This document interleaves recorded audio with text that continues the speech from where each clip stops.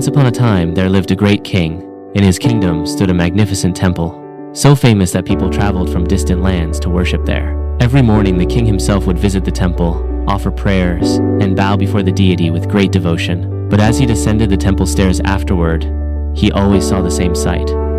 Two beggars, sitting on either side of the steps. The beggar on the left would lift his hands and say, "Ah, oh God, you've blessed the king with so much wealth. Please bless me with a little too." While the beggar on the right would say, "Oh king, God has given you so much. Please share a little with me too." The king heard these voices every single day. At first, he ignored them. But one afternoon, as he sat in his royal chamber, a thought struck him. Interesting. Both ask for help, but in different ways. One believes in God's mercy, the other believes in mine. Smiling to himself, he called his minister. "Tomorrow," the king said, "I'm traveling outside the kingdom. The right side beggar always asks me for help. His faith lies in me, not in God. So while I'm away, help him in my name. Take a bowl of delicious sweet rice pudding and hide some gold coins at the bottom. Give it to him. His life will change forever." The minister was delighted by the king's idea. He prepared the K, hid the coins beneath, and took it to the temple. The next morning, he approached the right side beggar and said, "You always say, 'O king, share your blessings with me.' Today the king himself has sent this sweet care for you." The beggar's eyes lit up with joy. "Ah, finally the king heard my prayers." He began eating the cake greedily, smirking at the other beggar.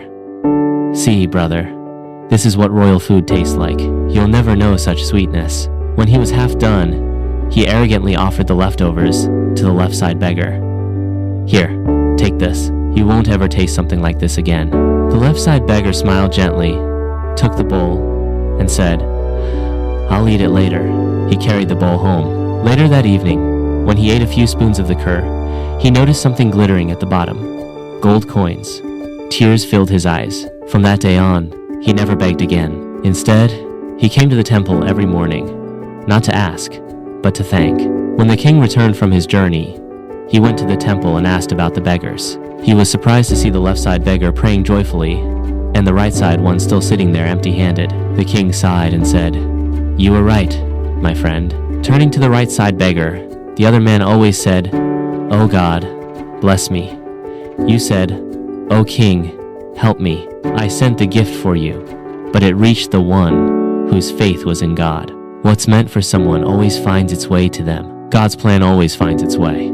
When he decides to bless you, no one can stop it. And when something isn't meant for you, no one can give it. So have faith in his timing, not in people. Because what's truly yours will always reach you, no matter how many twists life takes. So, if you truly believe that what's meant for you will always find you, type God in the comments and let the world know your faith is still alive. If you like this story, please subscribe our channel Inspired Saga, where every story tells something about the life.